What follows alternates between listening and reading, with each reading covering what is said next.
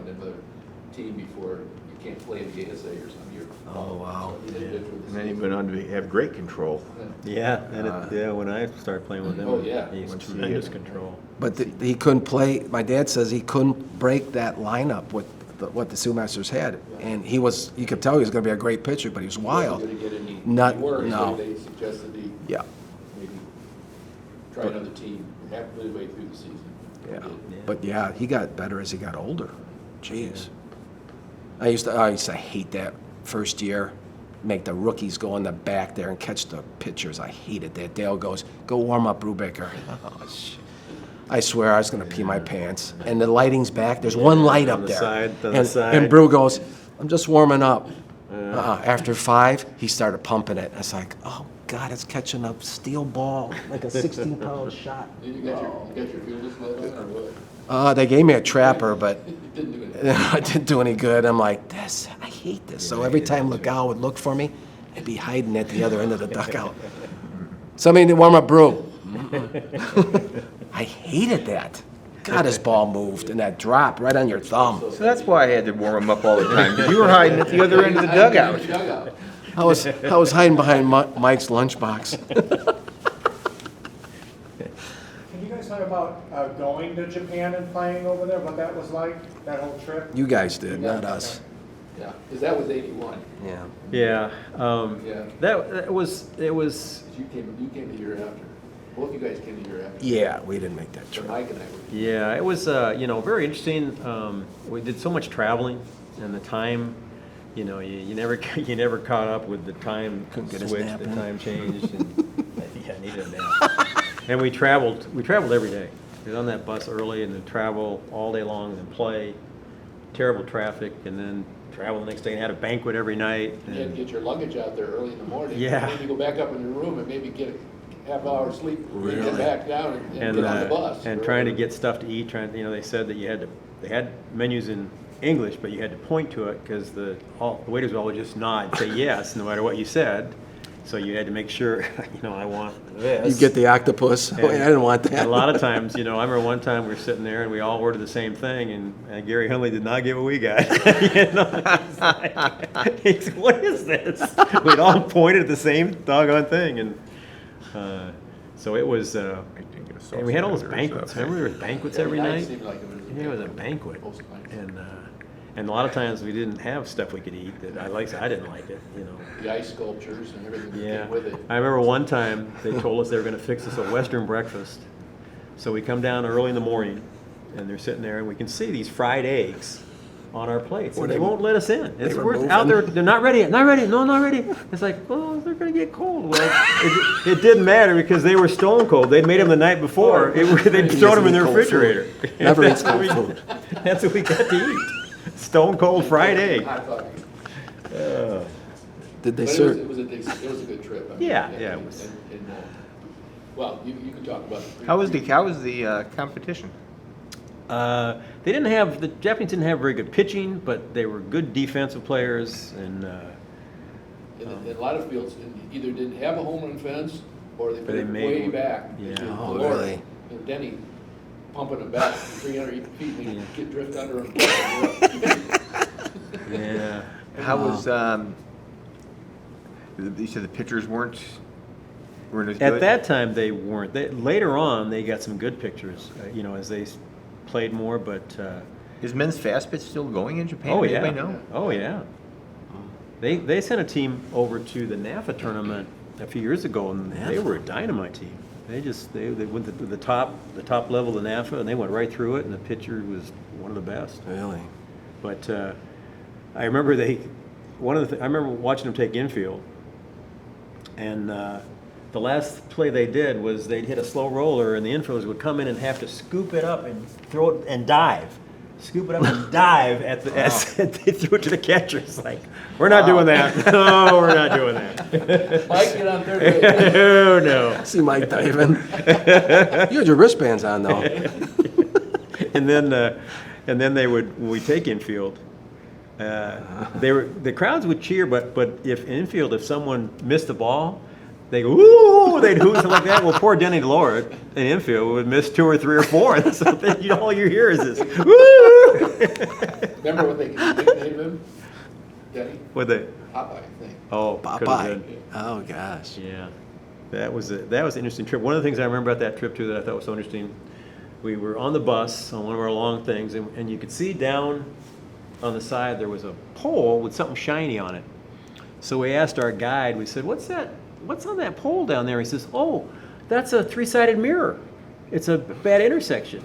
And somebody says, "Well, doesn't it ever get broken?" He goes, "Why would someone break it?" We're like, how long that would last in the United States, you know? Why would someone break it? Oh, my gosh. What a difference in Yeah. crime. Holy cow. Yeah. What a And difference. but the fans were great. They treated us fantastic. A lot I of mean, ball signing and Yeah. all the, you know, And- just clinics, we ran clinics. Yeah, and I remember Nice. we were signing in Tokyo. We were signing a bunch, and we had our bags. We were, you know, all these kids were in and stuff like that. And the guide said, I remember the guide said to us, "You don't have to worry about anyone taking anything. No one will take anything." You know, and then, I mean, gosh. think about that. Wow. And I remember one of the guys left his camera on the bullet train, and he said, you know, he got off. He says, "We'll get it when we come back." And he says, "What?"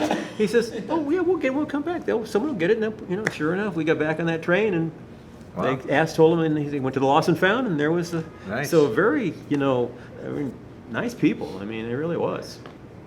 Very, very interesting that way, and. And we fortunately had Western facilities most of the way. Most of right? the time. Most of the time. Wow. That would be tough. Yeah, most of the toilets had covers on them, but we went to a couple places where it didn't. It was so. kind of rough. Wow.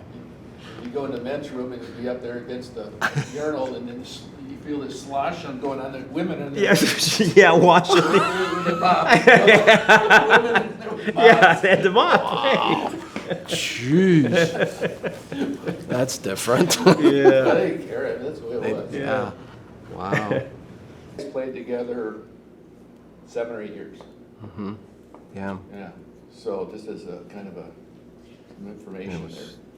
So we had Home Savings 72 to 85, Coors 86 and 87, All Steel 88, 90, Colonial 91, 92, and then Lightning 93. So, Wow. Light. yeah, remember we had a contest to name the team? Really? I don't Do you remember remember that? His memory's gone. that. Ask Mike, he Yeah, remembers yeah. everything. I No, don't- So, I don't remember it came up with that. Lightning. Fred, be quiet. See, I told you. That was the vote. Lightning, so that's what. Doug's on a roll. I kinda last like it. year. So, So you're gonna ignore the camera's not here, and you guys are just gonna talk between yourselves and Bill. Can I just ignore them and talk to Bill? just look straight ahead. Jesus Okay. Christ, That fire. would be, I would enjoy that more. What did you eat? So how do you want them to go individually name names like that, or? No, we don't need to do that. We can do that Yeah. when we go individually. Yeah, yeah. Maybe just start them up with something they can just start talking about amongst themselves. Do you mind starting with something funny? We already did it. I'm exhausted. So we're gonna talk about Doug first. Work our way down. Oh, gosh. Sounds like we're in the room again. I know you have many funny stories, but maybe each one of you pick out one and just. Yeah, I know a story I'll go with. Oh, jeez. Mike, help me out here. Go ahead. Oh, I thought it was like camera action. He's waiting for makeup and wardrobe. I needed a good buffing first. Stage fright, his mouth was open. Why am I here? Jeez, he froze. My first memory of fast pitch softball was when I got picked up as a pinch runner for Home Savings. It was at a tournament, I'm not even remember, Midland or wherever it was. And I know Mike was there. I don't think Bob joined the next year. I was just a pinch runner that year. And we went to a game, 3 or 4 of us. And it was Midland versus, I don't remember who the other team was. We watched 2 or 3 innings. It was Peter Finn versus Peter Meredith. Oh, yeah. And we leave, we go out, watch a movie, we go out and get something to eat, We say, you know, we let's go by the ballpark on the way home and see what's going on. We get back, and that game is still going on. It ended up 33 innings, 1-0. One of them struck out 63, and the other struck out 57. And that was one of my first introductions to fast pitch softball. It's like, wow. Oh, man. Who's next? I'll go. Something next. I got introduced fast pitch softball probably when I was 3 years old. Because my dad played with the Sealmasters, and he'd have a closet especially for all his stuff. And I would wander in there, and I'd open up his stuff, and I'd put on his uniform and his shirt. And then my mom says, she goes, your son grabbed your spike shoes, and he was walking around on the sidewalk with them, these big spike shoes. And I guess that all started with just my dad's closet, watching him play ball. And it was just gravitated to it. But then I got into baseball, and I thought, softball's not that tough. So my dad was playing with, at the time, Home Savings, and Pete Carlson was on the team. He says, you think you're a pretty good hitter? I said, yeah, I'm a pretty good hitter. I was 16 years old, I was kind of cocky. He goes, come on down to the park. So I come down to the park, and he says, I want you to hit off Pete. And Pete being left-handed, I'm left-handed. Pete's throwing. I hit about 3 balls, and this big raised ball going up, curving around me. I'm like, God, I've never seen a ball do that. And I got done, and I said to my dad, and he goes, how'd you feel? And I go, I hit some good balls off him. Dad goes, yeah, he's only throwing half speed. I said, oh boy. I went like this back to the dugout, and I said, is this fast pitch? And then my dad got me acclimated to City League, because he was playing with the 65ers when he got older. And I played a little bit with them, and I remember, oh my gosh, Chapa Realty. It's an all-Mexican team. And this guy's throwing a little raised ball, and I'm striking out. It's coming up in here, and I'm striking out, and I look at my dad, and I go, Dad, I don't think I can play this game. And he said, just stay with it, stay with it.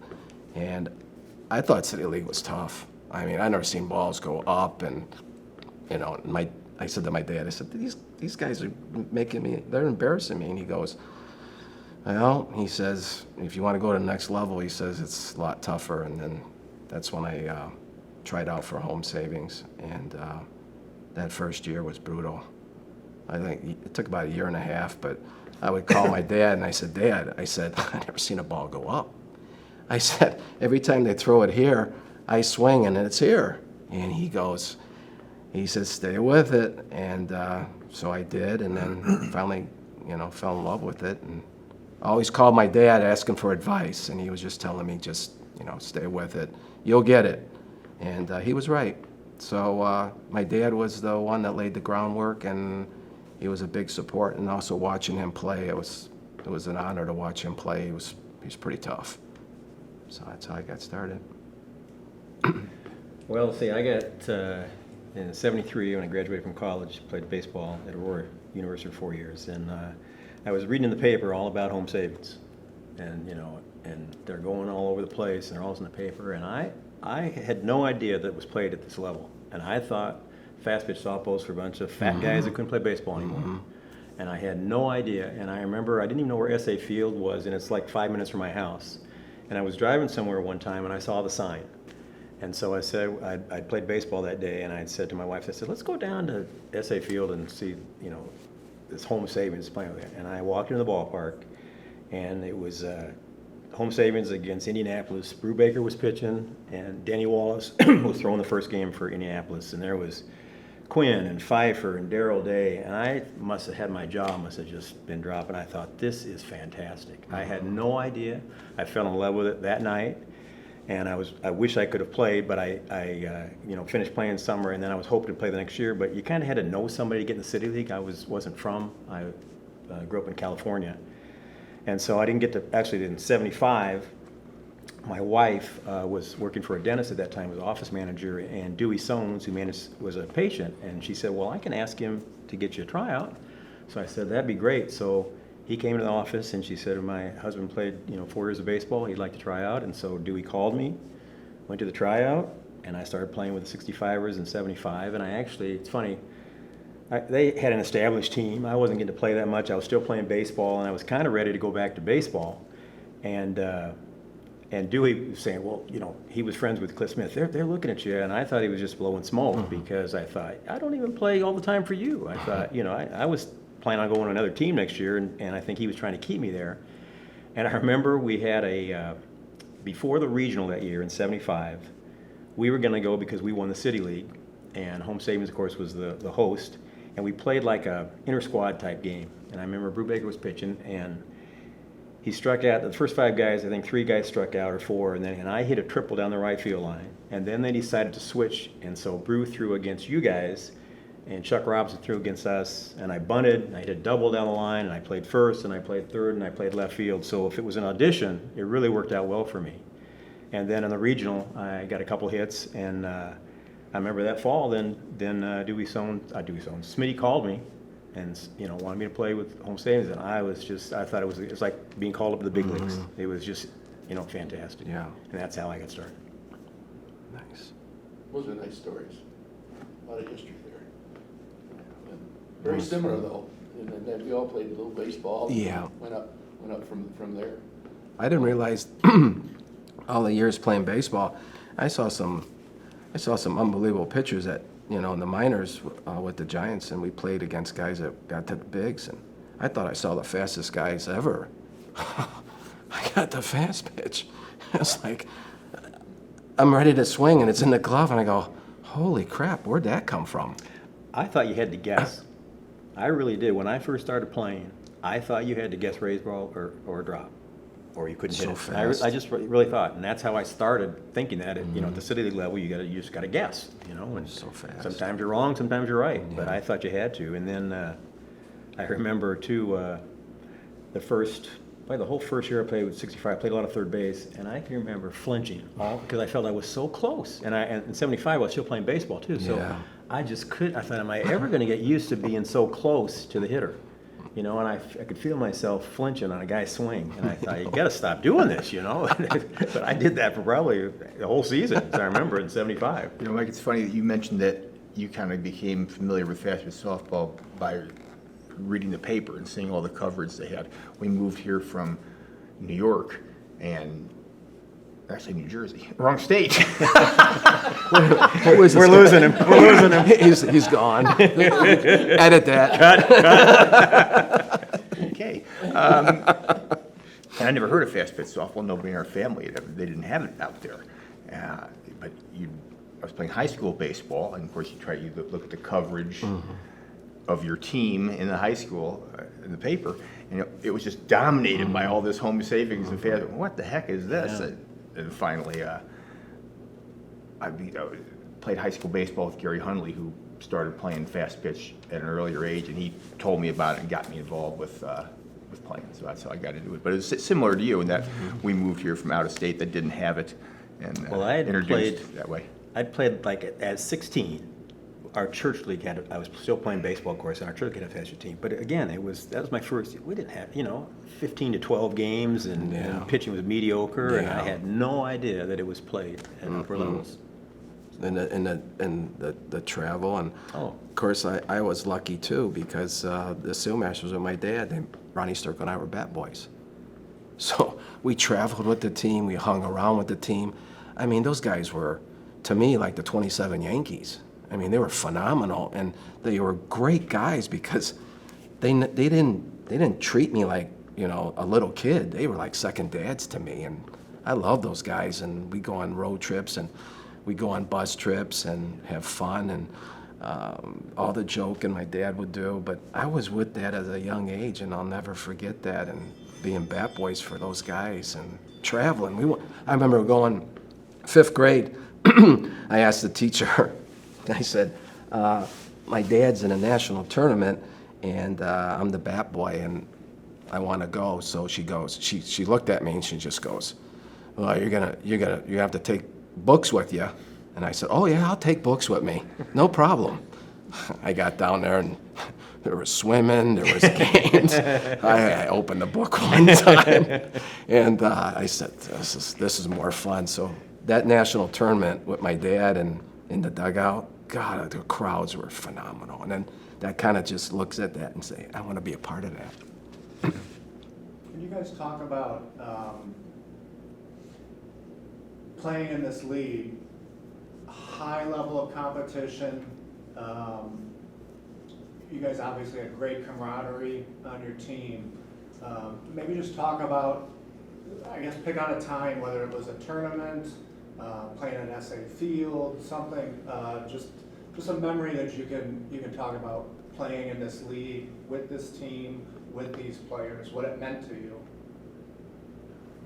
Well, one that comes to mind immediately, some of my favorite parks I've ever played in were Kimberly, where they excuse me, hosted the ISC a lot. That's a great atmosphere up there, a lot of seating capacity. The crowds are always really good for the world tournaments. I enjoyed playing in Decatur, and of course SA Field is probably everybody's favorite to play in. Those three come to mind immediately for me.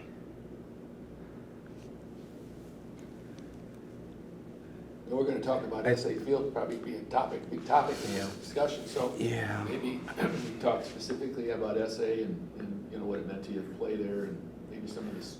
All right, I'll give one more quick one for you. The largest crowd that I ever played in front of at SA was when we played the Japan national team. Oh, yeah. The crowds That's right. were really good. Yeah. But for that one, Yeah. I think they turned people away. I've never seen it Yeah. so full. The atmosphere is really good. The communication between the teams, of course, was a little bit difficult, but they were really friendly, and the camaraderie between the teams is really good too. So that was a lot of fun. I think the fact that, you know, when I remember started playing, the fact that we had a clubhouse, a locker Yeah, room thing, you yeah. know, that when we went on the road, you know, they were paying for our hotel rooms and meal money, and if we Yeah. had to fly somewhere, they were paying for it. And Yeah. I just felt like I was in the big leagues. Yeah. I just thought it was, you know, so exciting, and you know, when we first started, you know, going to these places, and I remember we took some bus trips, and I remember one time we went to Springfield, and we left at like 6 o'clock at night, traveled all night to get to Springfield to play the next couple days, and it just felt like, you know, as a little kid, you dream about being a Major League Baseball player. Well, this is the next best thing. I mean, we were treated like great. We had, you know, great coverage. That we were on the radio. It was fantastic. I know, Bill, this is much more when you were playing, but at the beginning we were playing too. They used to have the organ Oh yeah. at SA. Yeah. Bob Sunloff playing the That was organ. pretty cool. That really added to the atmosphere, got Yeah. everybody involved. Everybody had a song, right? Yeah. But the worst. When you come up the bat. The worst thing about Bob was if you hit a ball that was maybe questionable was a hit or not. If with who was Bob Sunloff. yeah, but Who- Bob yeah, Locke so- was a scorekeeper, Oh, and okay. if Bob Sunloff played the carnival music, you got an error. Dee, dee, dee, dee, dee, and it's like, oh, if he played it before he flashed hit, you know, oh, it's going to be an error now. So he was deciding what kind of hit, whether it was a hit or not. Dee, dee, dee, dee, dee, dee, dee. That's right. I remember that. Geez, I just, I was just amazed going to like the first nationals at ISC. Just reading about all these great pitchers, and now you're facing them, and then you actually get to see them, and you go, wow, these guys unbelievable, and how they could throw the ball. And I said, in the crowds, I said, wow, is this phenomenal atmosphere? And going against the best, boy, you can feel your adrenaline just pumping, because, you know, you want to hold your own, and you don't want to be embarrassed, and you want to play and beat the best. And I just loved it. You say you don't want to be embarrassed. I know we all played in this I game. know it. We were playing Sioux City, and it was late one Saturday night, and it was like a fog rolling in, and we were facing a guy named Steve Schultz, who was just throwing so hard. There wasn't a fog. You just seemed like it. I remember fouling one off and going, yes!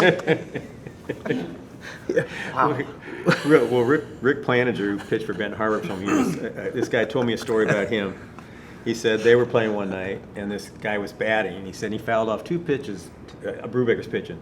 The guy from Benton Harbor fouls off 2 pitches toward the dugout, and Rick Planinger came to the top of the stairs and said, "Hey, strike out before you hurt somebody." He says, "My own teammate says that to me."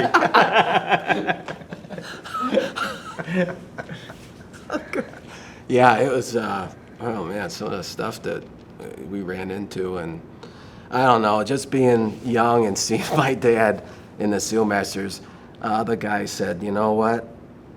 Some guys would get so tight during those nationals, and they'd have great seasons, and then for the nationals they'd freeze up. And they said your dad could break the ice better than anybody. He'd come in a room and he'd crack a joke and he'd say, you know, something, and then the team would just bust out laughing. He says he could break the tension and make you feel comfortable playing.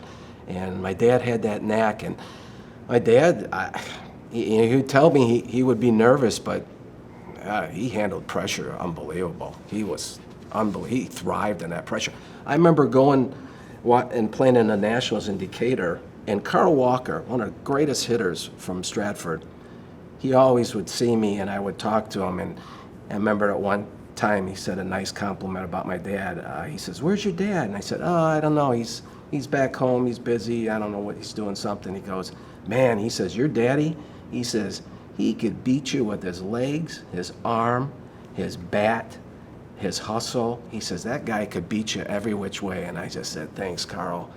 That came from a great hitter, but showed you how much respect I had for my dad. And that made me feel really good. I think meeting those type of guys, I know Carl Walker was very nice to me. I mean, here he is playing first base for Detroit, and I remember getting a hit, and he says, "Hey, way to hit it, kid," or something like that. And he was always friendly to me, and I knew he was this 10-time All-American, you know, and I just thought, man, a guy like that, to take the time out to, you know, just say something to you. And I think I remember one of the biggest thrills I got the first year I played against Ty Stofflet. And, or I'm sorry, it wasn't the first year. It was my third year, and we were in Colorado Springs at the sports festival. And I remember I blooped a double down the right field line, and I'm on second base. And Gary Hundley's up, and Ty Stofflet was the first pitch, and it's like, you know, pretty good card to play. And the guy calls ball one.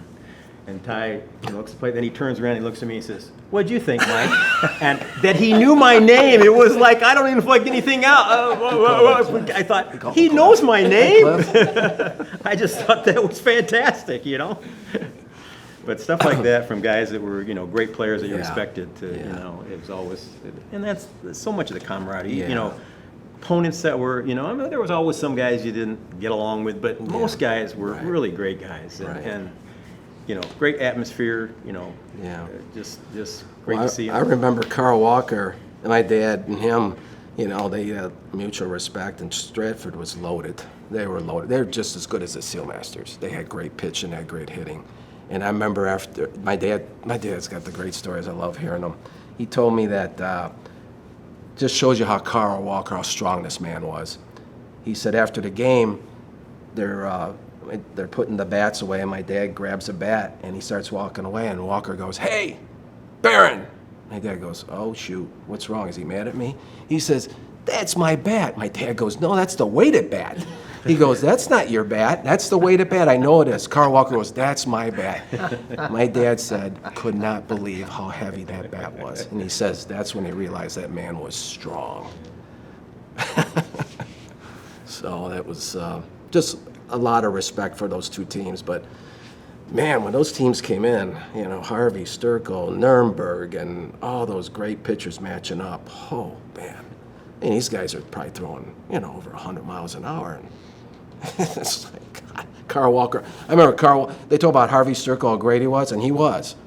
I've never seen Harvey Sturkle get a home run off him on that building in right field. Carl Walker, I remember as a kid, line drive, looked like a baseball going out, and I said, that's off of Harvey Sturkle.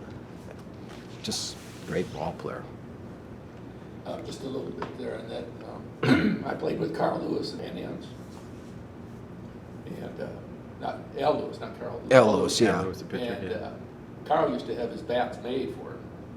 Oh, They really? make like, get a half dozen made at a time. Really? And- That's when they were wood though, right? Yeah, That was the wood years of bats. wood. And bats. Al used that bat, he said, it's heavy, but I used it when I played, you know, and Al was a pretty good player, and because in those days, the pitcher. Yes. They were in the lineup. Yes, yes. So. those bats were- Wow. Yeah, and you're thinking, a heavy bat with that kind of pitching? Oh, Yeah. jeez. Wow. I grabbed a wiffle bat my first year. I thought, I can't get around these guys. Never seen the ball go that fast. So Mike touched on sponsors. Home Savings was your guys' major sponsor, correct? For, For most. from Most of 72 it. to 85. Can you guys talk about Home Savings and what it, I mean, you can't have all this without a great sponsor. Maybe just talk about that. Well, Warren Barker was the man who put this together. And Bill Paul, jeez almighty, those guys, they worked their butt off behind the scenes to make this happen. Bill Paul, he was amazing. He was at the ballpark every day. He would do That's a anything. good point, because it wasn't just writing a check, No. Yeah. you know, they were at the ballpark, they went on the road and traveled with the team. Tom, what was his name? Tom Kellett. Kellett, Tom sure. Kellett was Business always manager. there. Yeah. You had a lot of guys that were behind the scenes, and Bill Paul never looked for credit.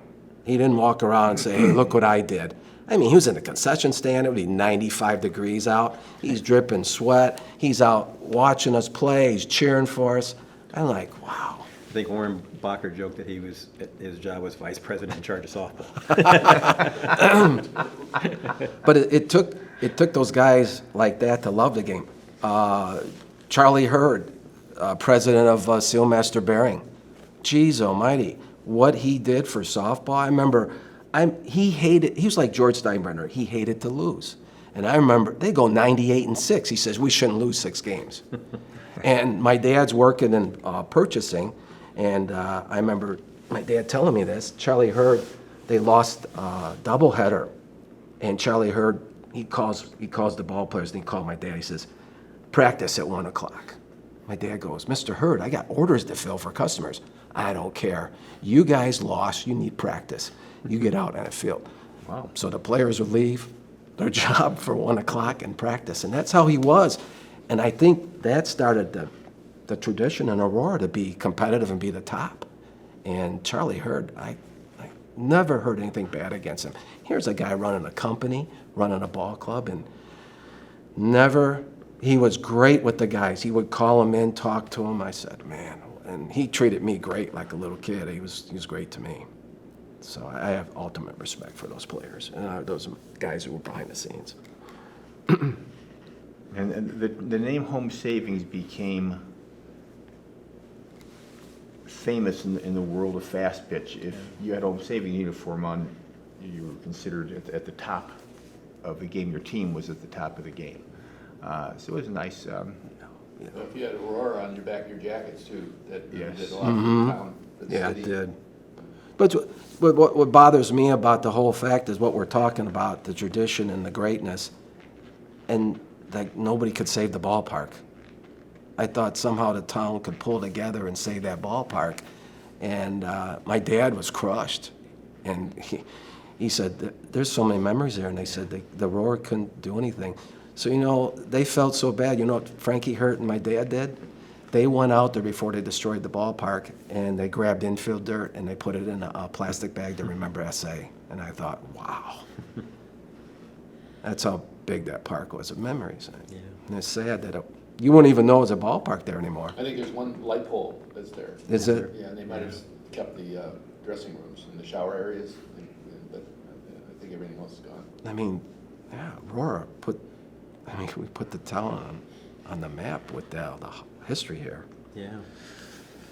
That was sad. But you're probably the only one of all of us that had experienced the Seal Masters and Home Savings because of your bat boy situation. Yeah, Dad yeah, I was- playing for Home Savings. yeah. So- You started with Home Savings then? You started Yeah, with you Home st- with Yeah, I Home was, Savings. Yes. I watched the Seals play. Seal Masters, yeah.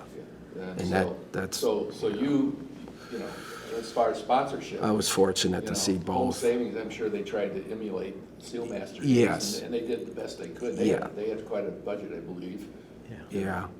So, but as far as sponsorship, you need that. You know, Yeah. to keep it going. Yeah, you do. And Sumaster plant was huge back then. My dad worked in purchasing. He says they couldn't even keep up with orders. They had overtime. And then when Borg Warner came in, yeah, it all changed. And that's when Well, that's what happened with Home, right? Champion Federal bought them out. Yeah. And that just ended. It just then we got- killed it. Beaverton, you know, Yeah. and- yeah, it just killed it. So that was sad, Yeah. you know. But Because you think it's never going to end. You think Right. that you're going to have the sponsor. 'cause, Well, then you the know. Aurora Men's Fast Pitch Association try to keep it they're going. going, yeah, yeah. They That did so for, what, 8 years?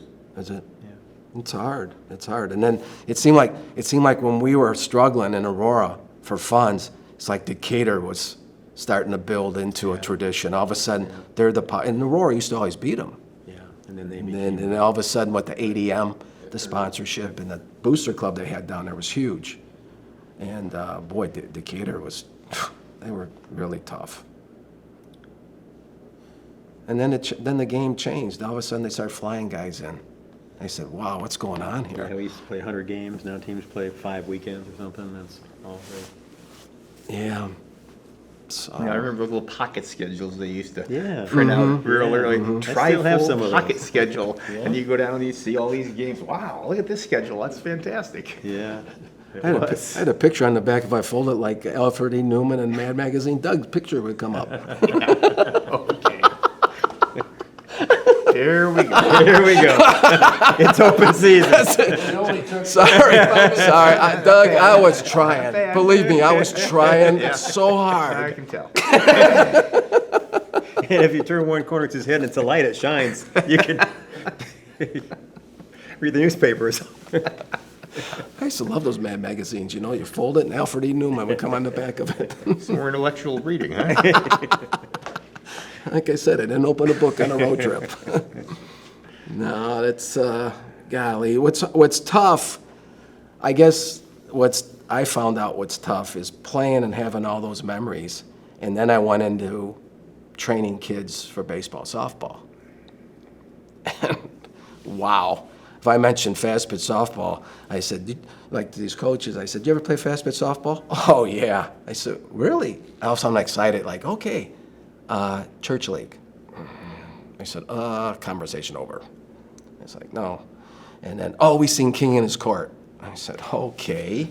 Well, I hate to tell you this, but when I was 16 years old, I sat right next to the dugout when the King in court came in. Eddie Feiner challenged the Sealmasters after they won the Nationals. A lot of people don't know this. He came into Aurora and he thought he could take the Sealmasters after they won the Nationals. Well, he comes in with this big crowd, and I remember sitting there. Sealmasters didn't hold back. They launching balls like crazy, running to third base, and they're just hitting balls like they're hitting the piss out of them. And then Eddie Feiner's yelling at his shortstop because he said, "You're not going to the wall, getting the ball in fast enough," because they didn't have any outfielders. And he's yelling at him right on the field. Smitty comes over to the dugout. I remember leaning over to, and he tells the players, "Lay down. This is for him. The crowd's for him. Lay down."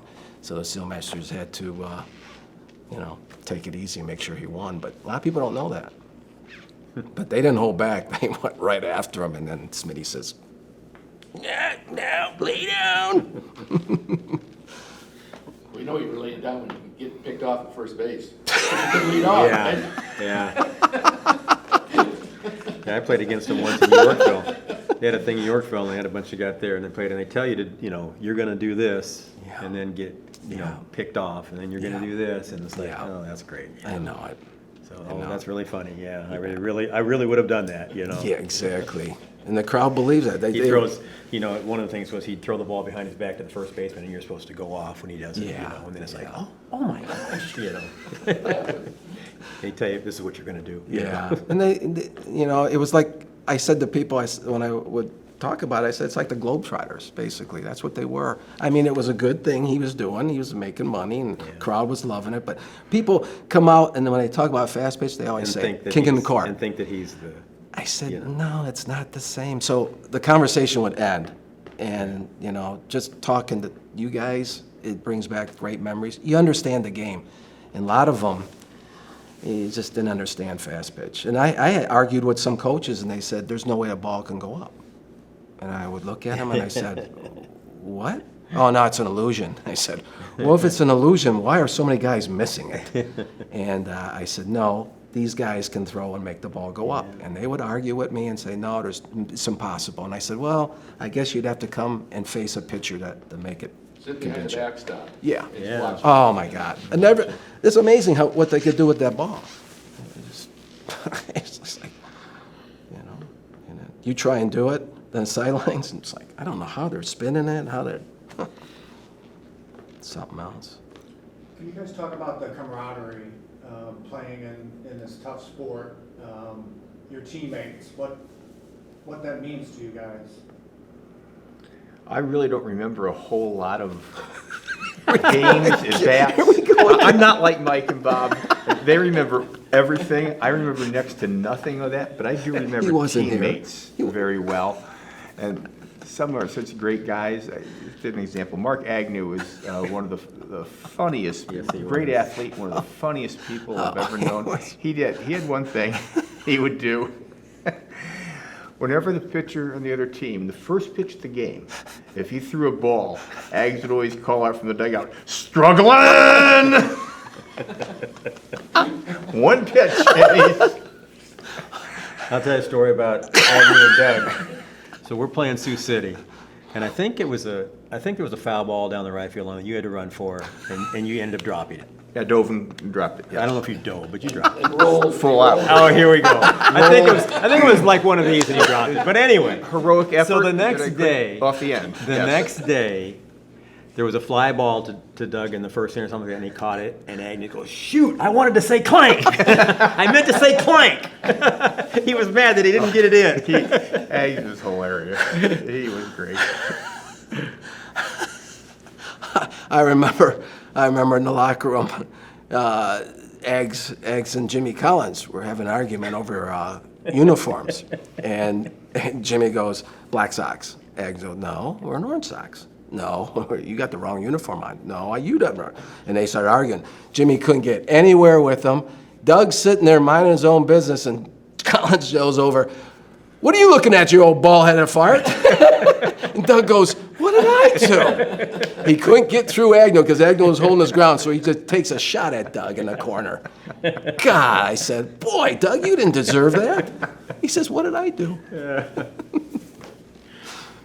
I remember one time with Ags. I remember one time it was a Wednesday night game. It was rainy and cold, and wind was blowing in and stuff like that. And it's back when you were managing, Bill, and so we held a team. And Bill says, "All right," he says, no chance of swinging for the fences today like that." And Ags goes, "Sounds like a challenge to me." He whispers that. And the wind is blowing Sounds in. like a challenge to Cut me. down on my swing. No. Oh, God. Classic. But what I had fun with, I room with these guys a lot, and we just, it helps so much because when you're with guys that, you really care about and they're funny, you play ball better. I believe that. And I tell you, these guys made so much fun. I had more fun with Mike and Doug. Doug was incredible because we would go out to eat, and then we'd come back, and I'd see him go. I said, "Doug, what's the matter?" "Oh, my wallet and keys. I think they're at the restaurant." And I go, "What?" Not again. Not again. I said, "What?" And then he goes, he starts watching TV with me, and I said, "Doug, let's go back to the restaurant." "Yeah, it'll turn up." And I'm like, "It's your wallet and keys. Jeez." He was so calm about it. He goes, "It'll turn up." Yeah, we had so many good guys on the team. I Yeah. think there are always some guys that Yeah. kind of ruin it, but most of the guys were just we enjoyed playing with them, and all through the year. That's the things I remember about most. And one of the things that I keep playing today because that part of the game is so much fun. Mm-hmm. Seeing the guys, rooming with the guys, the laughs, the stories. Mm-hmm. They never get old. No. They just we laugh and laugh. That time we had the home savings reunion. Yeah. I mean, Bobby and I sat there and talked for, just reliving old Unbelievable. stories, and then it was a 2-day thing, and we did the same thing the Yeah, next day, same just story Same after thing. story, and Yeah. and We all know them. We all know the Yeah, we stories, do. but you know, We laugh just as hard. Laugh just as hard. I know. And, Sometimes it's also getting to know somebody. Yeah. yeah. When I first started playing, Terry Muck, who was a legendary second Yeah, baseman, yeah. was toward the end of his career, and he got hurt his first year, and so I didn't really get a chance to know him that well. But he came back toward the end of the year, and we were played in a national tournament in Missouri somewhere, and it was like a 6-hour car ride down there, and they grouped up for the ride, and I'm in the car with Terry and 2 other people, and I'm going, oh my gosh, Terry Muck, I don't know, this is kind of scary. I know. And he ended up being one of the nicest people. Yeah. He's just funny, a great guy. He's a pastor. Yeah. Yeah. And I also remember then, The mouse. we had like a night game, so we're at the hotel and we're by the pool, and I happen to be in the chair next to Terry and reading, and I look over, Terry, what are you reading? And he has something like the comparison analysis of the Western religious cultures versus the Eastern cultures. A little light reading And I before go, bed. I go, okay. And about a minute later, he looks over at me and goes, what are you reading? I go, He's got a pen out. the history of the Far Side comic strip.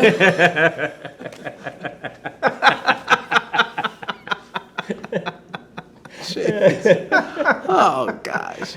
Finish up and you guys can discuss. Yeah. An hour we'll Real discuss book it. discussion. Yeah.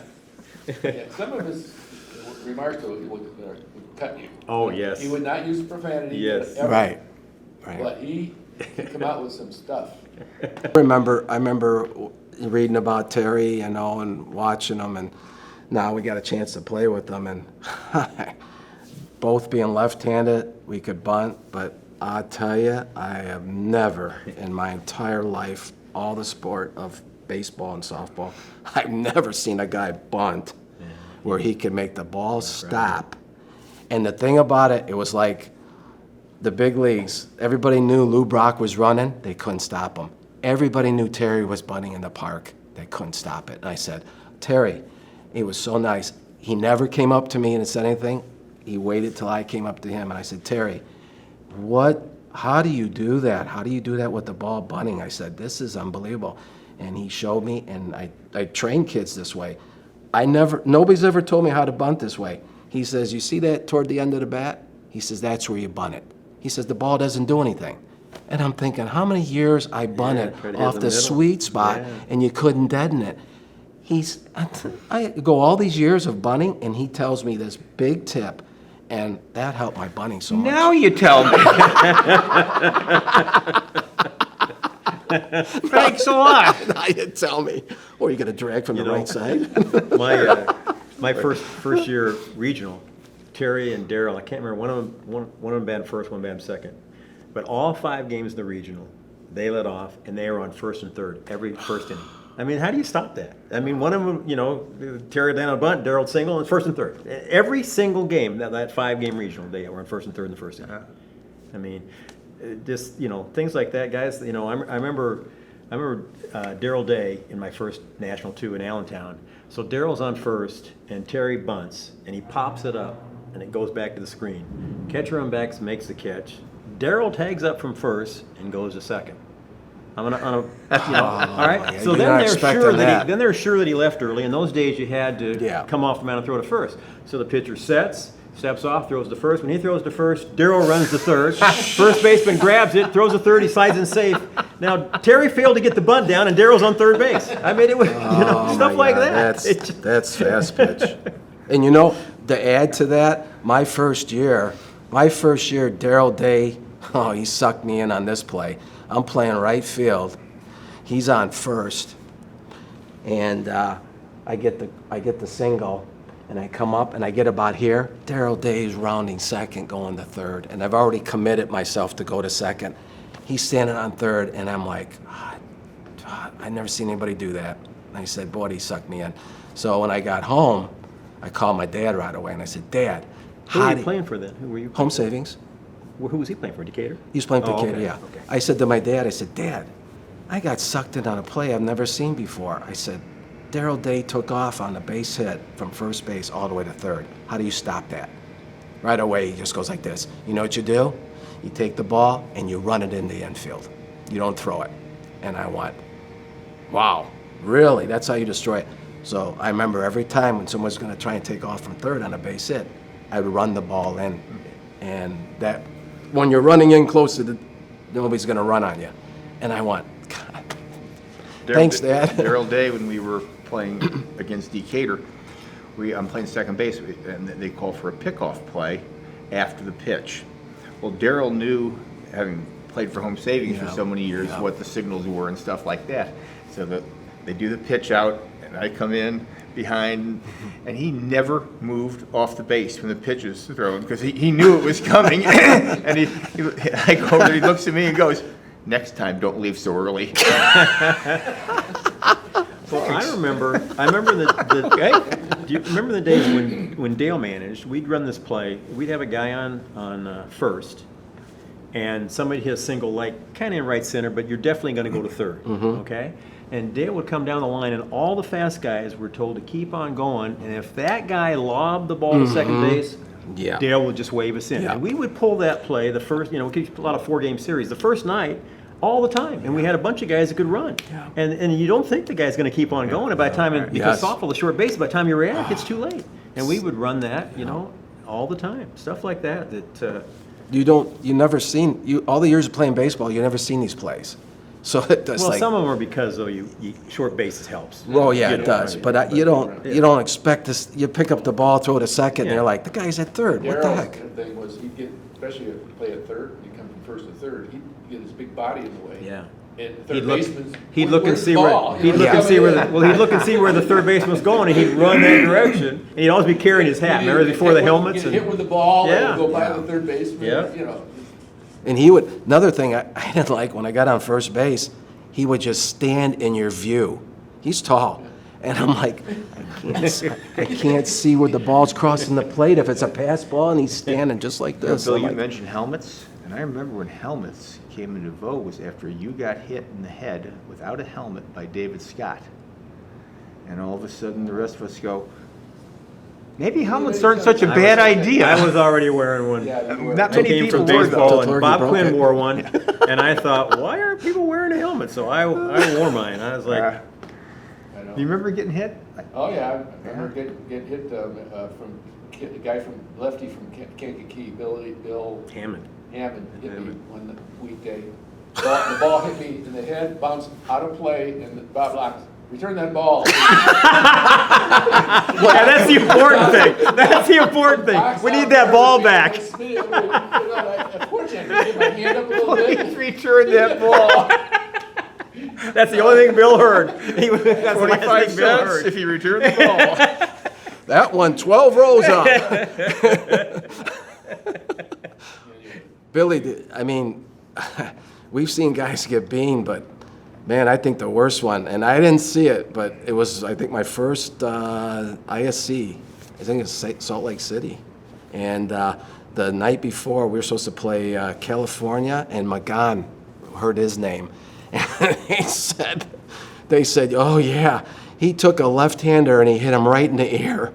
Blood was squirting all over, and I'm hearing this going, wait a minute, I'm left-handed, and I got to face this guy? I got in the box. I couldn't help but think about that. And he's throwing that raised ball into your chin. I'm like, this sucks. Yeah. So, Go ahead. Can I just throw something? We were talking about Yeah. 76, about the Allentown. If you remember, Terry was on sabbatical that year. He didn't even start playing with us Yeah. until late in August. Really? Yeah. And he had a home run. Darryl hit a home run off of Stockwood. Yeah. Our first game, my we were playing Stockwood our first game. Darryl hits a home run. We beat him 3-0. Wow. The Stasio brothers ran into each other. Yeah. Played a short left field. Remember that? Yeah, and then you threw somebody out at the plate.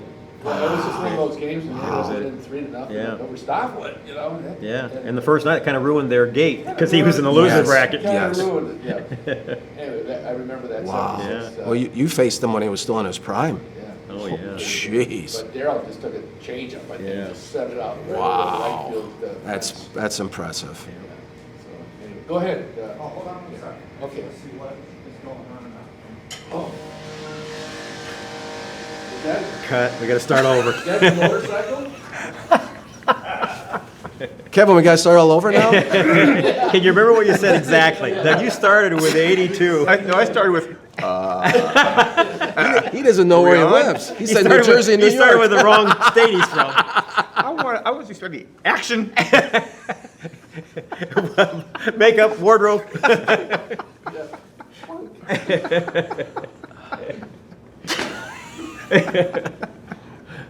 So Bill doesn't know this question, but obviously for me, going through all the stats, looking at everything everyone's hitting, we can talk about many players, but since you guys played with him, can you guys talk about Bill as a player? Absolutely, such a consistent hitter. Yeah, I would say that too. I would compare him to Tony Gwynn. This guy, you could not strike Nice. out. You Nice. could not strike Billy out. I never seen. I mean, we're striking out, and Billy just keeps hitting. I was like, God Almighty, that's Tony Gwynn. You don't strike out. That's one of the hardest things to do in fast pitch. Yeah, so consistent. I don't know how many years it was, but I know remember it. getting one of those balls of strikes, every year, 325, 365, Yeah. 353, every single year, 300 hits, 300 batting average, and I only saw you when you're toward the end of your.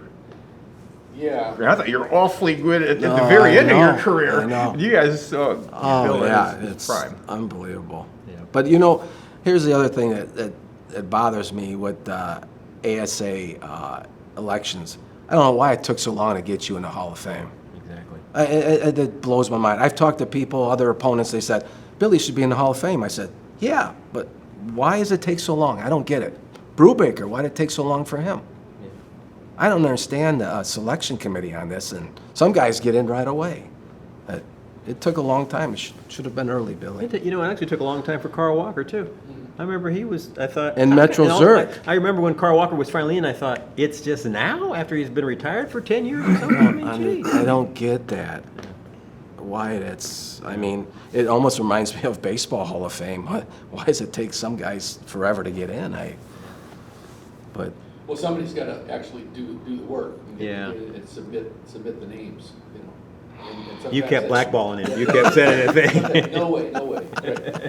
But that's what it takes. I did it to to Smitty. get started. Yeah. I don't know. You should have been Yeah, in it's early. probably That was way late. Well, you retired when, Billy? Well, it's kind of tough when we say we retired now, but we all played past our prime. Yeah. Right? Yeah. I mean, Yeah.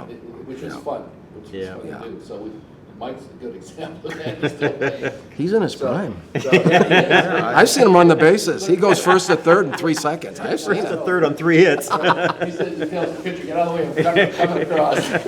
He got back from the Casper Classic Wyoming tournament and he won 4 for 2. No, it's pitch runner, do we have somebody? Anyway, my last years were actually when I was managing. My first couple of years, I think I played DH or something.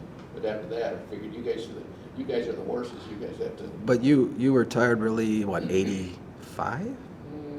83? 87, 87. 88. 87, and you just got in the Hall of Fame? Yeah. Jeez almighty. But I still, like I said, most of us, we played after that too. I mean, it wasn't like we quit altogether. Yeah.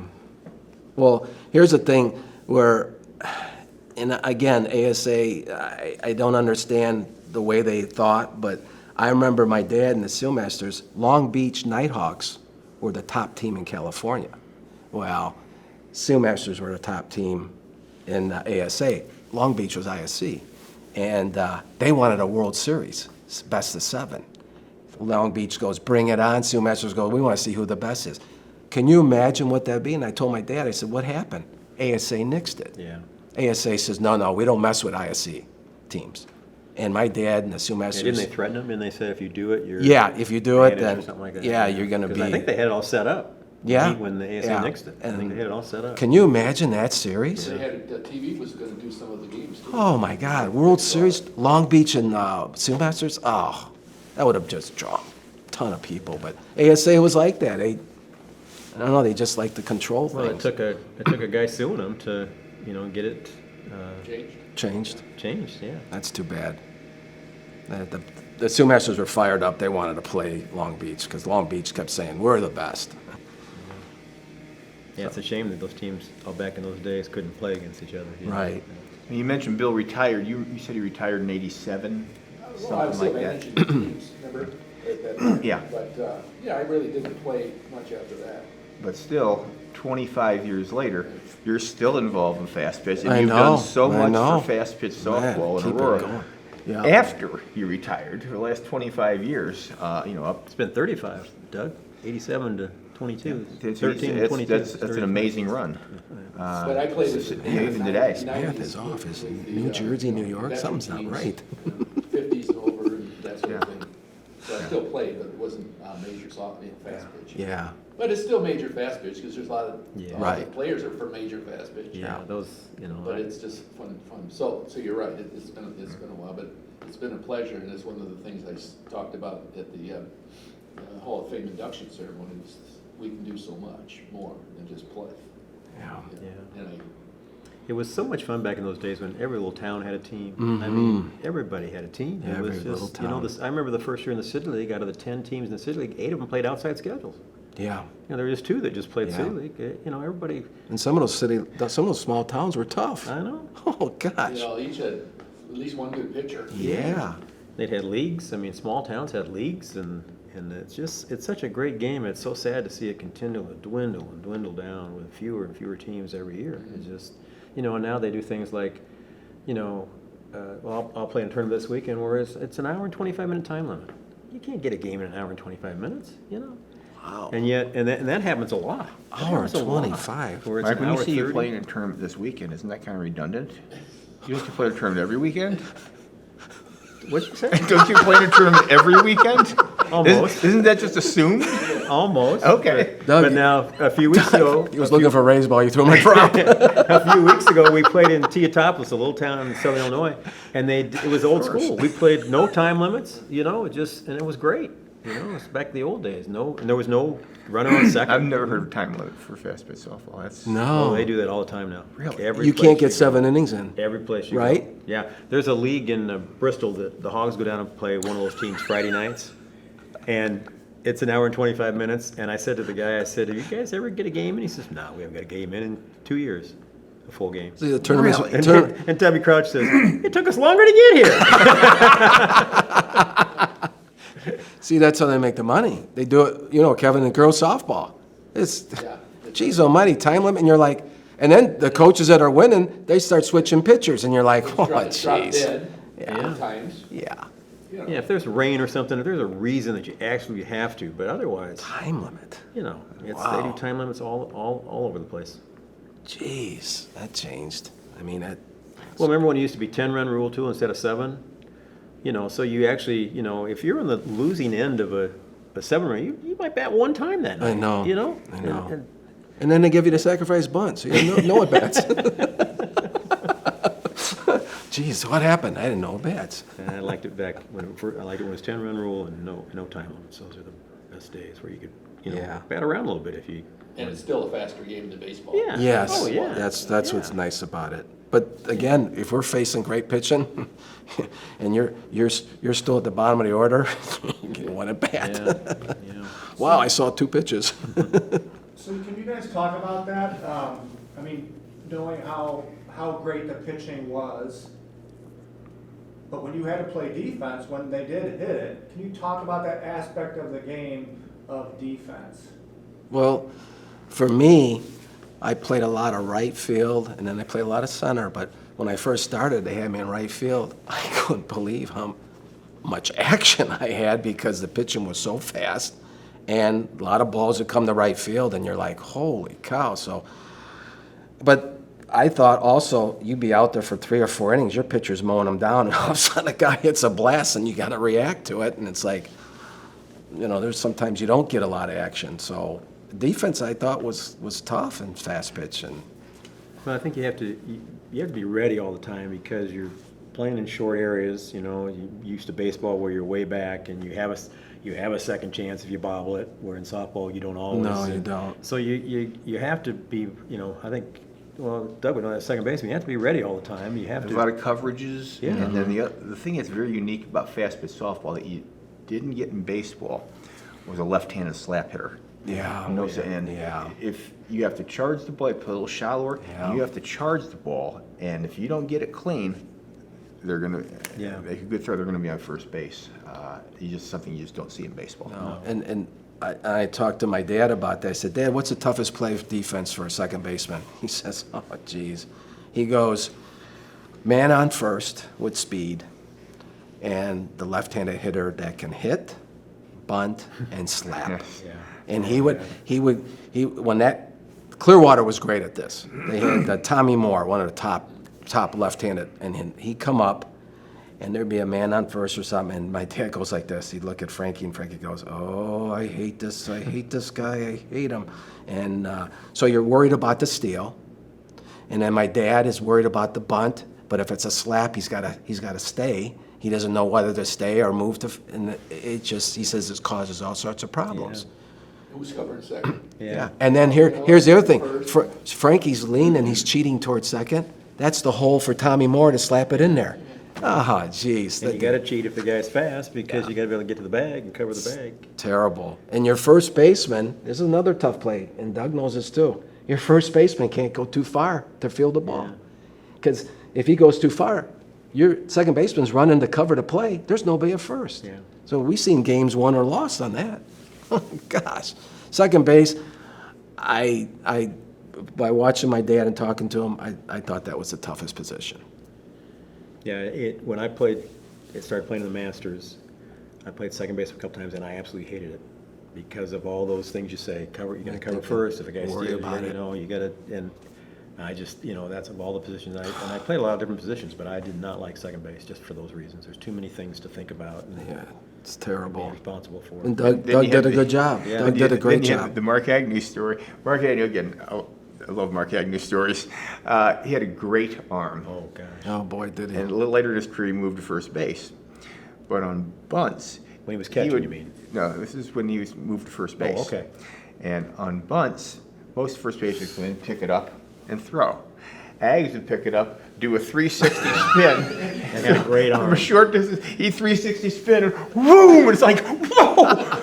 There was a great picture of Doug in the paper one time catching the ball like that. Head is out, the glove is there, but the head is out. He's got it, but his head is gone. It's called self-preservation. Yeah, one of Mark's 360. Well, I like the one Doug was like this. He's on his tippy toes, and it's a snow cone. He's just got it like that, and I said, snow cone. He's making this up. No, I was in right field. I saw He these makes things. it all up. No, I He don't. makes it all. Kevin, It was always. scratch You're gonna what have- these if you guys have to just edit said. out the lies, you're going to have half a tape. That's what you're going to have to have. The game is, you have good pitching, good defense, and scratch and run. Yeah. That was the game. And I think Aurora not only had all three of those, especially defense. We had defense, we had good pitching and catching. Yes. Always down the line, as Yeah. I remember. Yeah.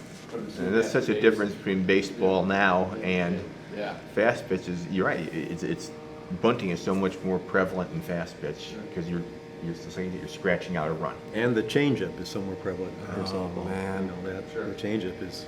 I think we played in that Stars and Stripe. I think it was my first year, and we faced Graham Arnold. Never heard about him, but never faced him. He had the worst changeup I think I've ever seen. He had that one like Bobby Sturkle. It spun like a wiffle ball. He'd throw it, and the faster it would spin, the slower it would go. And you think you're going to crush it. I It's not said, there. I don't know what to do with this thing. It was just amazing. And I said, how do they throw a changeup like that? Thank God there was only a few guys that could do that. Because it would spin fast and not come in fast. The first really good changeup I saw was Bobby Moore in Eau Claire, and he just blew me away. I didn't know what was coming. I just felt awful. I felt like I didn't have a chance. I have a question for you guys. What's the best game you remember being pitched against your team? The most dominant a pitcher has been. I know for me it was, remember Jimmy Smith? Isn't that his Jimmy name? Smith, from where? Pitched with Sioux City and Seattle and those teams. Seaman. No, I don't remember Jimmy Smith. I don't know Jimmy Smith. I don't have a name right then. Is he from New Jersey? New York. We What faced. Jimmy Smith? He doesn't even know. I think that's right. I think I have it right. From Seattle, you said? He pitched with Seattle and he pitched with Sioux City. Jimmy Moore? Yeah, there it is. Jimmy Jimmy Moore. Okay. Well, Big difference. That was, Big difference. I'm glad we got that settled. That Jimmy was Moore close. was one of the That best. was close. Jimmy Moore, Jimmy Smith. Oh, that's Jimmy. This is incredible. He pitched a game against us Yeah. in the semifinals of the ISC Yeah, World. in Kimberly, right? Perfect game. Not one ball was hit out of the Yes, infield. yeah, you're right. Not one. Yeah, He you're right. threw That's You're right. on the Just- corners. That was Greg He Maddox of never gave you anything to softball. hit. Never gave you anything to hit. He had that drop, and the umpires would give it to him because it was Jimmy Moore, and he'd be like, "Here," and he goes, "I You can't guys reach think that." of any game that comes to mind where the pitcher was so dominant? So I remember there dominant. were some tough ones with Peter Meredith when he really had that raised ball going, and he just, like said, here it is, hit it, and he just couldn't get on top, and Ty Stofflet. Mike he was Petnick. awful tough. Mike Petnick There was, holy I don't know if I crap. can think one game, Left-handed. but, there were a lot of good pitchers. That Oh, just- that's tremendous. Scott. I hated batting off David Scott. Scott, It 'cause was wild. He was all over the place and threw so hard. God, he didn't know I where do was remember going. we had a doubleheader up in Madison on a Friday night. We drive up there, and Meredith is pitching the first game, and he's dominant. And Bobby and I are not playing in the first game, and we're watching him go Meredith pitch. We're going, that's okay to sit out this game. It's really not That's a bad. good one to sit out. Not bad. We'll get the lesser pitcher in the second game. So we get up there at the start of the game. Bob's leading off, and I'm batting second.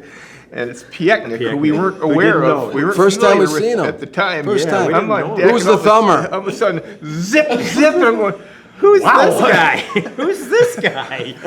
I come back and Action goes, "What's he got?" And I go, "I just heard it. It's like I didn't see it. I just heard it." John Putnam used to say, "Good strikeout speed. Good strikeout speed." I said, "This is not good." It's a Meredith on the opposite side. I said, "This is Yeah, not he was good." tough. Yeah, Picknick was tough. And Pietnik too. The hop. Jeez Almighty. They had a picture of him in the ISC. He was this high off the ground, and he's in a 12 o'clock position with his arm, and I went, "Holy crap!" Remember Stephen Schultz too? How hard he threw, and McGon. McGon. Yeah, jeez. What's the name of that big guy? The six guy Oh, from. McWillie from Canada. He threw hard. I'm gonna get the name wrong again. Okay, where's because I he- don't well, tell me remember where this- he's from. Wiley or something. Where was he from? Jerry Smith. Don Stewart. Where was he from? Shop a Where real, was did he he? from? We faced him in an ASA or ISC, one of those tournaments. Where was he from? We faced a lot of guys. Like New York or something. I'm not making Back that to New York thing up. again. See? And he's a big, tall You guy. mean, you're not talking about Berg from, Yeah, never mind. I can't. Oh, Larry Berg from Yeah. Allentown, or from What he's team? small. He was What 6'9". team? I don't remember any of that stuff, guys. I just don't remember. Larry Well, help Berg was us a big out here, 6'9" Doug. Guy. I think a real tall guy. Maybe it was McWillie. Pete Landers.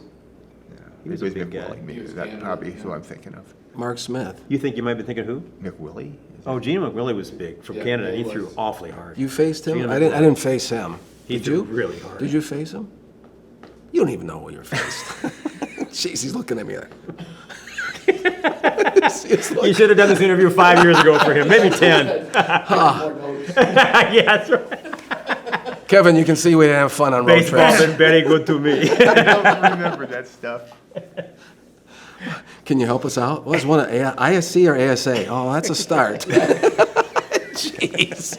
Okay, we're at ASA, ISC. We know this guy, right? Yeah. There were so many good pitchers back in those days. Here's the famous one, Mike. Here's the famous one I always run into. How fast? Who was the fastest you faced? I said, "Geez, that's on a given night. They Maybe were all- that guy they has were all extra. within a, yeah, you know. But to say Meredith threw harder than Scott, David's, yeah. it's just like Stofflet, it seemed like all the Pieknik, same Schultz, speed. It was on you. McGon. Yeah, And they all had different motions. Could you hit that 105 Yeah. fastball? Wait a minute, I don't think it ever got to 105, but when you're at 46 feet, Yeah. it seems like it. And think of the different motions. I mean, some guys, you saw better, so you felt a little bit better against them, and some guys, it's like you can't pick the ball up. You don't. No, they you're hide right. it from you, or they Yeah. jump, and You just don't like it. So it's all, I don't know who threw the hardest. They all threw hard. The top guys all threw awful hard. Okay, here's a question. who do you think, well, you just said you had trouble reading, trouble seeing the ball. What pitcher comes to mind when you say that? When you get in there and you go, oh crap, this is gonna be a long Well, day. Because David Scott was all over the place, he was one of the hardest, I think, because, one ball will be at your feet, one ball will be here, and then one ball will be right there, but it's so hard, and his ball moved well. And then Stofflet had that darn changeup that, even if I don't know. It's hard to say who in Marathon, he'd step back and he's 6'4", and he steps back and the raised ball's coming. But you still have trouble getting on top of it and you don't want to swing at a ball. I mean, all those they had the different problems. They all caused different problems. And another unfortunate great pitching performance is when we were in the championship game of the ASA.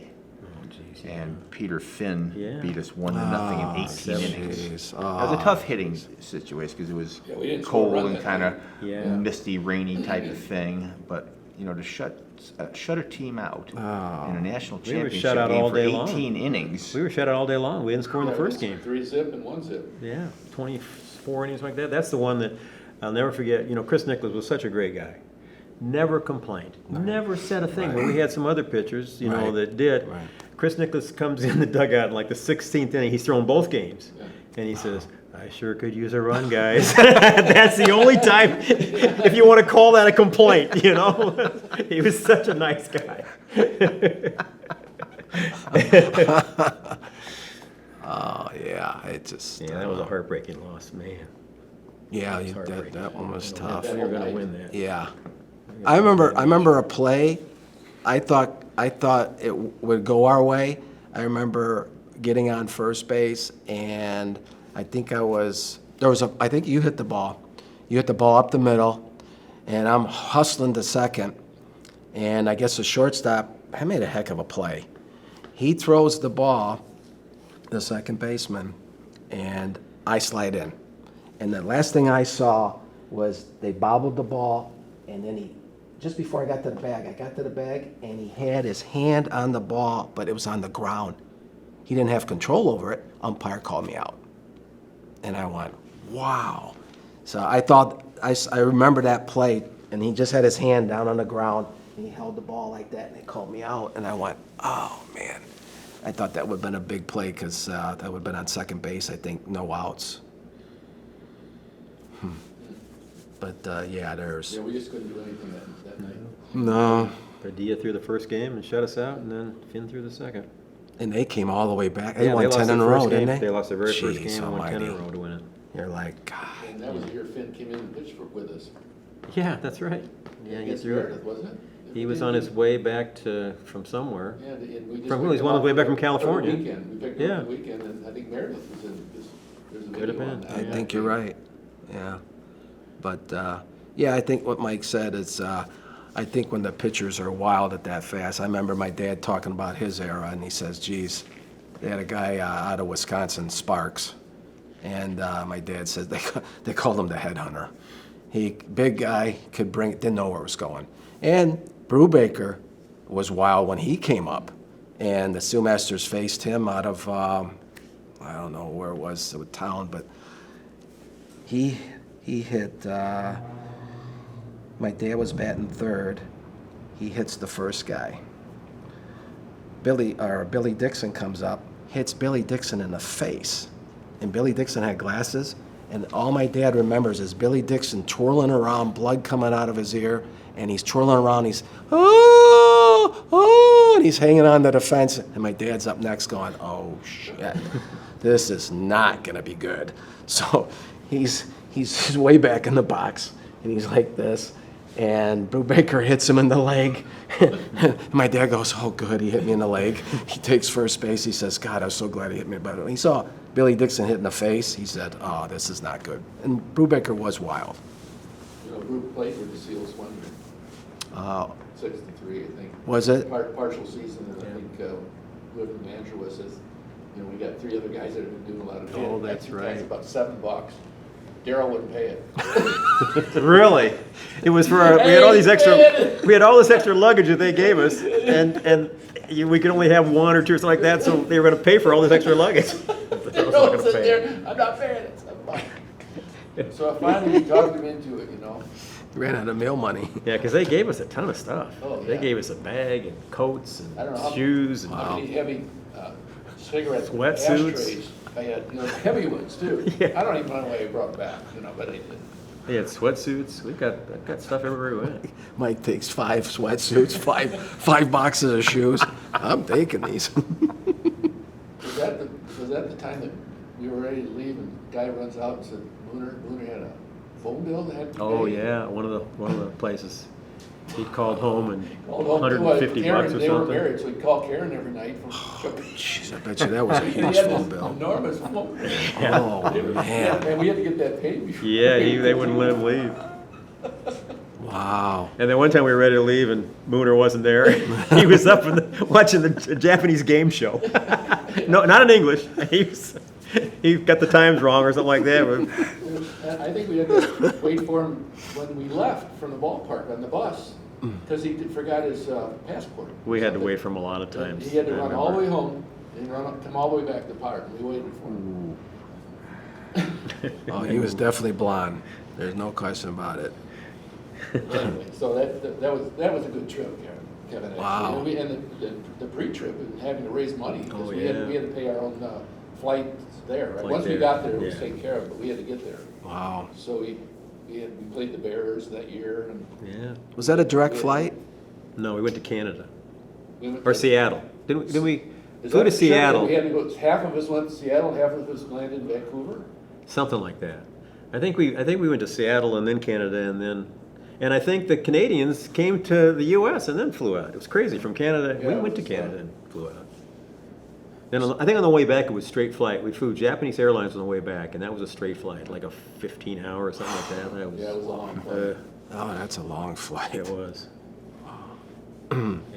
And, That's- and was so many that- people speaking Japanese, on the plane that coming back. It was like so weird. You hear this for 15 hours, all this. Was that the year that the airline pilot strike? No, that was when we went to the ISC in Tempe.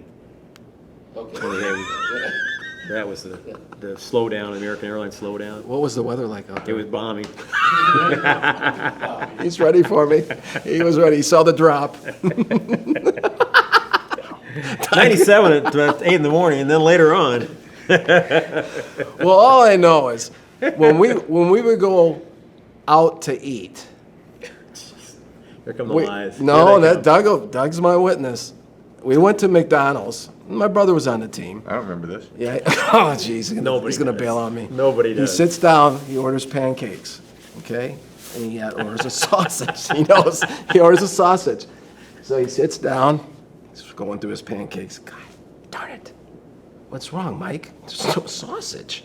I said, well, it's not a big deal. Yeah, it is. He goes up to the counter, gets on the guy. He says, you didn't give me my sausage. He comes back. My brother goes, you okay, Mike? He says, yeah, I'm okay. Opens up another pancake and he goes, oh, there's the sausage. He says, I guess I got a free one.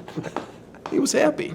My brother goes, boy, he was upset over Oh, that for heaven's sausage. sakes. All I did. How many times have you gone back to a restaurant because they didn't get the right order? Jeez. Never. Oh, yeah, right. I've got stories too. I remember we'd stop at a McDonald's or something, and you'd order just a plain hamburger. Right? No ketchup, no mustard, nothing, remember? I mean, you I still do, Bill. nothing, just a plain, right? Did he have a Just bun? the bun. He just wanted the bun. No hamburger at all, just the bun. Don't butter it. And Don't we butter have it. to- they'd have to make that special, because normally they splash on all this stuff on a hamburger. Doug's coming through and. 20 minutes we're trying later. to get the Decatur, trying to get the Decatur, right? Then you had to go back and get his keys that he left on the counter. They turned up, don't worry.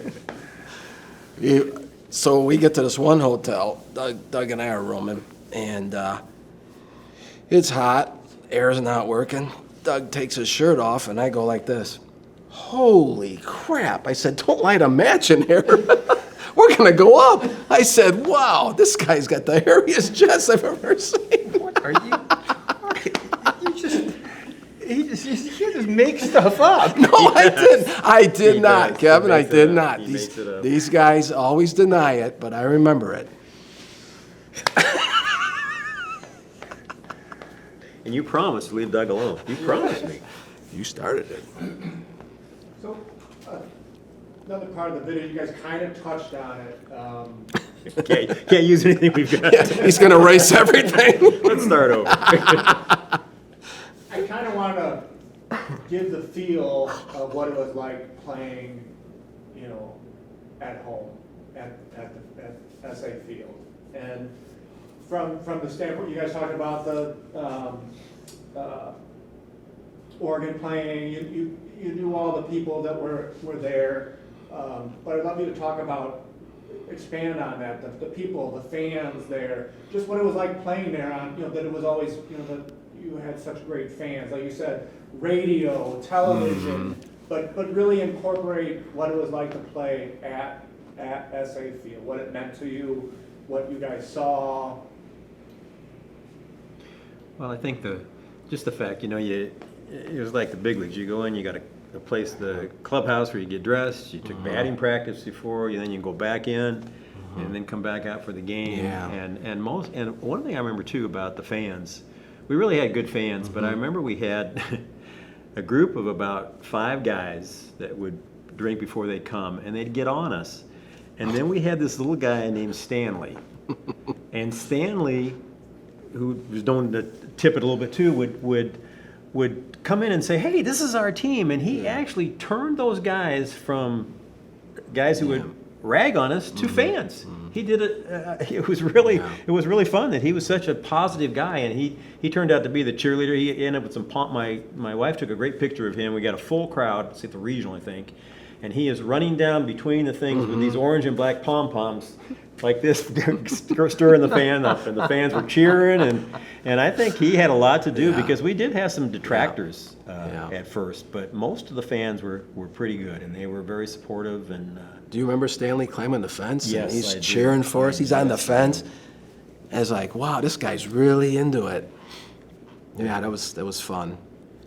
And then, Midland hired him, won yeah, nationals. yeah, they Really? sent him down to cheer for them. 7 or something. Really? Yeah, for him to come up there and cheer for them.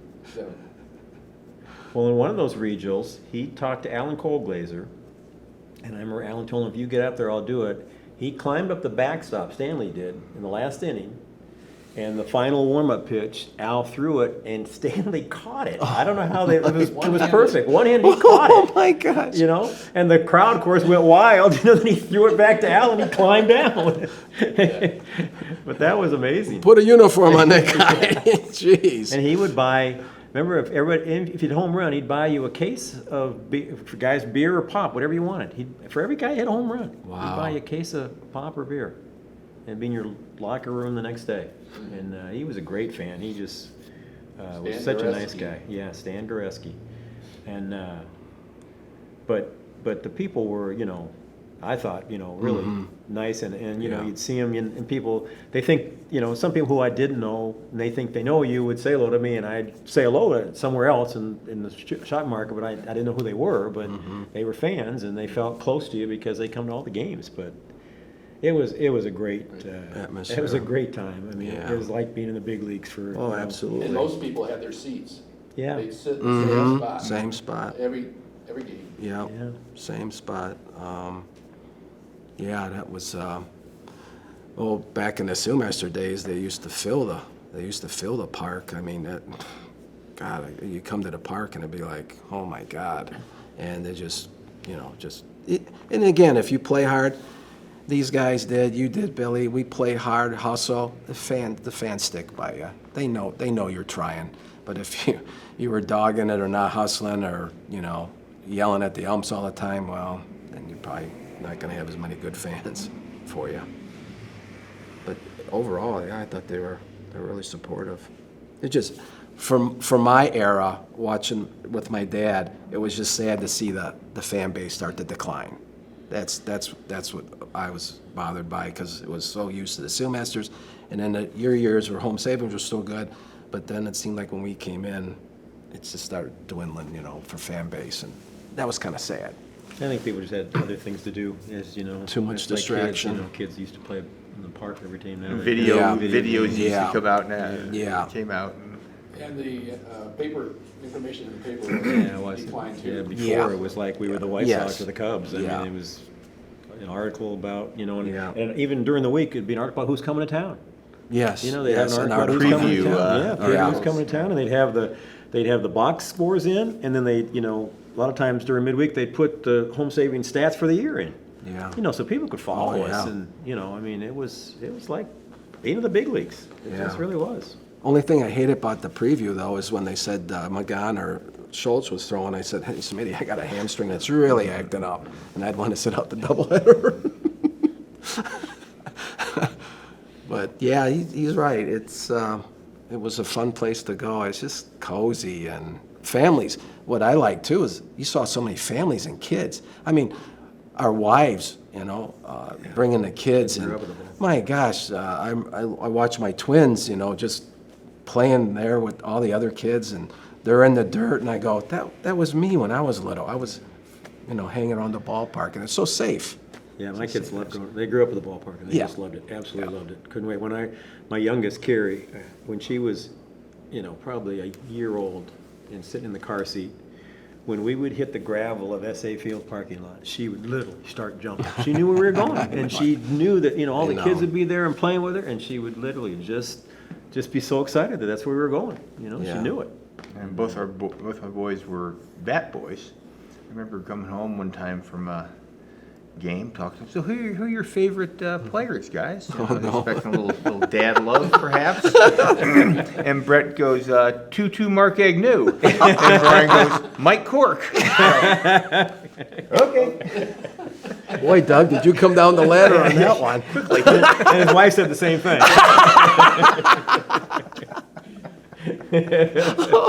Oh, that's funny. It is funny. Yeah, the wives got to know each other too. Yeah. Yeah, They it was. wouldn't know the score of the game maybe, but No. they knew each other and what was Yeah. going on. Yeah. Their lives. Yeah, it was, and then with my twins, when Laura was dressing them alike, I remember they're walking out of the ballpark, we're getting ready to go home, and Joe Thorgerson goes, look at those twins. He says, it looks like two baby ducks following their mama duck. And they were in sync, you know, they had their little buckets in there. And he goes, look like baby ducks. And it was just so fun to see your kids and your wife there. But And then the people that ran the concession stand. There were some characters in there. yeah, Oh, yeah. yeah, Woody. Doc, and Yeah. yeah. It was, boy. Yeah, a lot of volunteers that did so much work there doing the concessions and stuff like that, you know. a couple that came from near Champaign every weekend. Really? Yeah. I didn't know that. Remember? Yeah. Oh my gosh! That's right. They came from Champaign every Wow, week. talk about loyalty. Yeah. And that concession, I tell you, Yeah. on a hot day with all those things going, popcorn and that, it was like 120 degrees in there, and these people are sweating and yeah, it was something else. It was a real good family atmosphere. It really was. Yeah. It just Yeah, it was. And then when I was hanging around with my dad, we go on those bus trips. Oh, jeez. All the SEAL Masters on that bus trip, and they're playing cards and laughing and playing jokes, and then they go to the hotel, and one of the best jokes they used to do, they used to put shaving cream on the phone pieces, and they'd be calling everybody. They're here. And you go, They're God, here. what's wrong with the phone? Shaving cream all over. And they're there down the hallway laughing. And of course, my dad he really was dangerous. He'd pull fire alarms at 2 a.m. and watch and laugh, open the door and watch all the people come out in their nightgowns and their pajamas. And he'd be laughing. And I go, God, Dad, that is dangerous. Oh, shoot. And he terrorized Smitty, boy, he did. God, he beat him up. Oh, man. Oh, gosh. But, you know, I think the fans also liked watching my dad do tricks and stuff. I mean, all the stuff he pulled. I think the fans like that, too. And, yeah, it's just good fun jokes and stuff. God, his memories are unbelievable. That was a great time. Well, you know, the statistics from 43, when the Stevens Adamsons first had a team in the Industrial League through last year as major men's fast pitch, we were at .75. I mean, every 100 games we won 75. Wow. through that span. Really? Wow. Pretty dominant. Pretty dominant. Well, I saw somebody put on Facebook on the Fast Pitch site that I'm on, those were the days, they had the Sealmasters from the certain era, 1,236 wins, 238 losses. You're like, oh, God. Well, I remember in 1980 we won the IC. Weren't we like 96-11 or something? I remember we had a win streak of 35 in a row, and maybe another one at 20-something in a row, and Yeah, I mean, or maybe we it didn't was- have many losses that yeah, year. we had a really good team. That's amazing. Yeah. That's amazing to play that many games and No, we used to play so many games. You know, we played 100 games. Play a year. over 100 a number of Yeah. times. So, Well, if I had a teacher schedule, I'd play 150. Mike, you play about that many now, don't you? You're in a lot of games. You play that many games? God. Mike, I give you credit. I don't know how you do it, man. I play a lot of tennis, and boy, I tell you, the next day I feel aches and pains. Gosh, that's amazing to play that many games in that many years. How many years now? Well, from You started when? probably considered 75, so 40 must be 48, I think. 48. Wow. I don't know how you do it. What do you think, Kevin? Anything else? I think we got a lot out of them. I don't think we have to almost do individuals, do you? Nothing they can use. Yeah, They got a lot of nothing more stuff, than- nothing we can use. Nothing we can use. We'll get 3 other guys in here so we can finish this documentary. Sounds great. Well, thanks, Kevin. Yeah, Yeah, Kevin, thank appreciate you. it, Billy. Thanks, Thank Bill. Thanks, guys. Doug, Appreciate it. Doug, Mike's waiting for you and I to leave so he can finish the tape.